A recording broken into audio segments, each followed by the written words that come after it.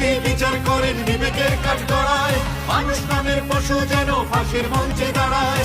যদি আমি ভয় পাই হয়ে যাব শেষ, রুখে দাঁড়ালে ঘুরে দাঁড়াবে সোনার বাংলাদেশ। বিচারপতি বিচার করেন বিবেকের কাঠগড়ায়, মানুষ নামের পশু যেন ফাঁসির মঞ্চে দাঁড়ায়, এমন স্লোগানে কলকাতার অভিনেত্রী শ্রাবন্তী চ্যাটার্জি ইতিমধ্যে প্রতিবাদ জানিয়েছে বাংলাদেশের কোটা আন্দোলনকারী শিক্ষার্থীদের সাথে।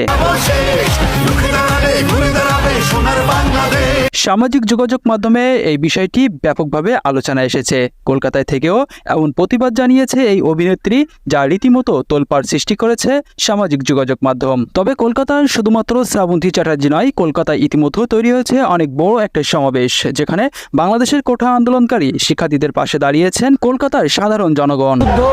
দেখিনি, কিন্তু আজকে আমরা শিক্ষার্থীদের কোটা বিরোধী এই আন্দোলন বর্তমানে দেশের গণ্ডি পেরিয়ে বহির্বিশ্বে ব্যাপকভাবে চড়া হয়ে উঠেছে, যেখানে বহির্বিশ্বে ব্যাপক উত্তেজনা তৈরি করেছে এই শিক্ষার্থীদের কোটা আন্দোলনের সমাবেশ।